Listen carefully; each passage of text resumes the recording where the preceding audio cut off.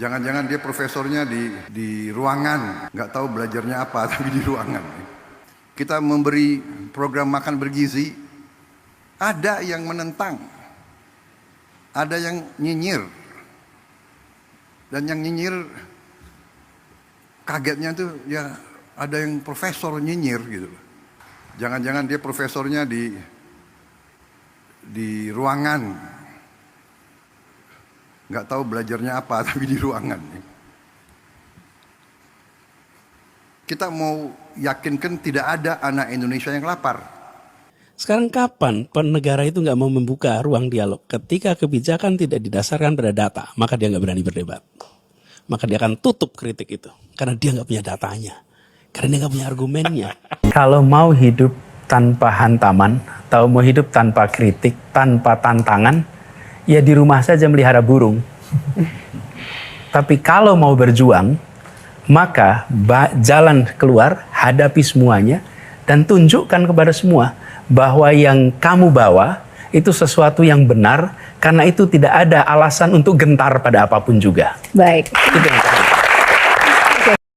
Konkretnya sebetulnya apa program yang bisa diberikan kepada Jadi beasiswa mereka? ini menurut saya harus jalan terus. Beasiswa harus jalan terus? Harus jalan terus. Bahkan saya melihat beasiswa ini harus ditambah lagi, Pak. Bahwa negara membantu persiapannya, Pak. Persiapannya sehingga mereka Prof, lebih kita mudah sama-sama diterima. tahu, kita sama-sama pernah sekolah untuk bisa dapat GMAT Oh, yang tinggi, Pak. berat itu. Untuk Panjang. dapat Ya. TOEFL, TOEFL, ya. untuk dapat itu semua. Ya. Kalau kita tidak membantu anak-anak dari keluarga prasejahtera, maka yang lulus seleksi-seleksi itu Hanya kelas adalah menengah kelas ke menengah. atas. Ya. Jadi program itu bukan hanya beasiswanya, tapi Harus ada afirmasi di situ. persis Ya. anak-anak yang potensial banyak sekali. Baik. Tapi mereka, nah jadi saya melihat program beasiswa ini positif, Ya. harus diteruskan dan beri mereka bekal. Lalu di sisi lain, Mbak, kita harus membuka lapangan pekerjaan yang membuat mereka itu ketika pulang juga punya daya dorong, Pak. Saya, Pak, kalau ketemu, kadang-kadang mereka apologetik, Pak. Bilang begini, Pak Anies, apa kabar? Pak, saya masih di sini dulu, Pak. Gitu. Kasian. Saya selalu bilang, Anda parkir dulu di situ. Begitu Republik butuh, Anda pulang. Jadi Parkir. tidak menjadi beban bagi negara, tetapi pulang dengan membawa Dan kemampuan yang lebih mereka, saya yakin, Pak, kalau di sini kita tumbuhkan meritokrasi di badan-badan pemerintah, meritokrasi di badan-badan swasta. Mereka juga mau balik. Kenapa sih mereka di sana? baik. Dan mereka itu yang bilang, terjadi dengan Cina, bukan? Dengan Tiongkok. Ketika ekonominya membaik, sistem lebih baik, kemudian diasporanya juga pulang. dan membangun Tiongkok. sebetulnya, Pak, lebih unik adalah Park Chung Hee, Korea Selatan. Korea Selatan. Apa yang dikerjakan Pak Chung Hee? Jadi begini, ketika perang Korea, sesudah perang Korea itu ada gelombang orang pergi ke Amerika dari Korea Selatan. Mereka pada sekolah di sana. Ya. Lalu Park Chung Hee membangun pembangunan ekonomi dan dia membutuhkan orang-orang Korea untuk pulang. Apa yang dikerjakan? Presidennya datang ke Amerika keliling kota-kota. Call for duty. Kami panggil Anda pulang. Dan dia bilang, kami belum kaya. Kami belum bisa kasih Anda gaji tinggi. Tapi kalau Oke? Anda pulang, kita Kalau bisa Anda bikin pulang, kaya. kita bisa berubah. Bisa bikin Jadilah kaya, ya. 20 tahun kemudian Samsung, Hyundai, Kia, dan lain-lain. Nah, jadi Pak, kita perlu siapkan itu, lalu panggil pulang. Mereka akan pulang kok. Ya. Pak, kalau kepala negara itu datang memanggil. Tapi kepala negara memanggil itu begini. Nih, kami akan mengerjakan ini nih. Mari pulang. Oh, datang. Kalau saya ditanya latihan kesabaran di mana? Latihannya ya di Gajah Mada sini. Karena di tempat ini waktu itu masih di gelanggang mahasiswa. Kita ada perbedaan-perbedaan pandangan di antara mahasiswa. Tapi kekuatan masa mahasiswa itu. Maka itu buat teman-teman semua yang masih kuliah. Ini banyak mahasiswa kan di sini. Yang mahasiswa, coba tangan coba. Ini mahasiswa semua ini, betul. Ntar saya foto sebentar.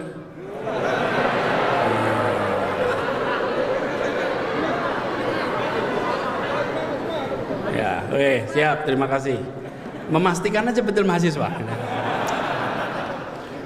Zaman dulu tuh banyak yang berlagak mahasiswa tapi lapornya ke tempat lain.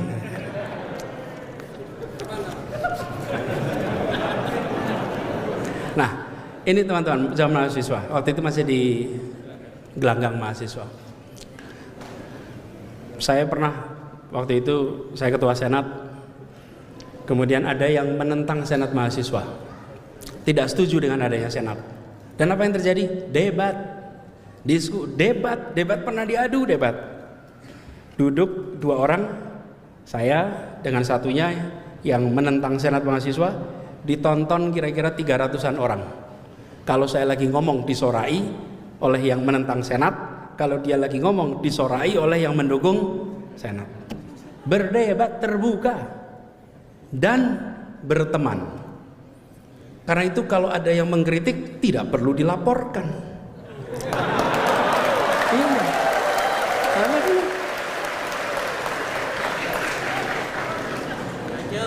lanjut gitu ini lah. Ojo ngompori mas. Jadi perdebatan itu menjadi sesuatu yang lumrah, apalagi di kampus. Kalau di kampus ada rasa takut untuk berbicara tentang kenyataan, maka kampus itu sedang mengalami masalah. Ya, pasti. Di kampus itu harus bisa bicara bebas. Justru kampuslah tempatnya. Dan di kampus itu juga lah kita terbiasa untuk menjaga iklim demokrasi. Dalam sebuah perjalanan saya lewat satu tempat sekitar Purwodadi, ada satu orang yang seperti menghentikan. Pak, sebentar saya berhenti. Terus dia cerita, Pak Anies, masalah di negeri ini, padahal ini di kampung nih, adalah soal mafia Pak Anies, ini mafia di Indonesia ini harus diberantas Pak, mafia ini harus diselesaikan Pak. Saya pikir benar juga kata dia. Begitu banyak mafia-mafia yang hadir yang membuat kita memiliki ketidakpastian. Kenapa petani harus bersaing dapat pupuk penuh dengan ketidakpastian? Karena apa? Karena aksesnya dikuasai oleh mafia-mafia pupuk. Ketika bicara tentang pekerja migran, banyak dari mereka yang sistemnya dikuasai oleh mafia-mafia PMI, yang mereka berangkat kerja keras dan ujungnya pulang tidak bisa mendapatkan yang selayaknya. Sama UKM juga begitu. Dan mafia-mafia ini berderet, ada urusan mafia tanah, ada mafia parkir, ada mafia kesehatan, mafia perumahan, mafia pemilu, mafia bansos, bahkan mafia proyek pemerintah. Halo teman-teman, berjumpa bersama saya di Politik Dangi. Ya, blunder sekali ya bagaimana Prabowo Subianto mengatakan ada profesor ya yang menentang, yang mengkritik MBG ini teman-teman. Dipertanyakan apakah profesornya itu hanya duduk di ruangan. Lucu sekali ya, seolah-olah Pak Prabowo ini anti kritik teman-teman ya. Jadi ketika orang lain menentang setiap program beliau ya, beliau bereaksi, padahal biasa saja ya kan. Di sebuah negara ada oposisi ya, ada pemerintah, ada yang mengkritik kebijakan. Jadi tidak semua program itu ada yang dipuaskan, pasti ada yang tidak dipuaskan. Jadi ketika ada yang tidak puas, ketika ada yang mengkritik, ya jangan seolah-olah itu menjadi musuh. Jadikan itu vitamin, jadikan itu sebagai penyemangat untuk memperbaiki, bahkan memberikan program-program yang luar biasa. Dan dibuktikan saja ya kan bagaimana jalannya sebuah program itu sudah berjalan dengan baik atau tidak. Bagaimana menurut kalian?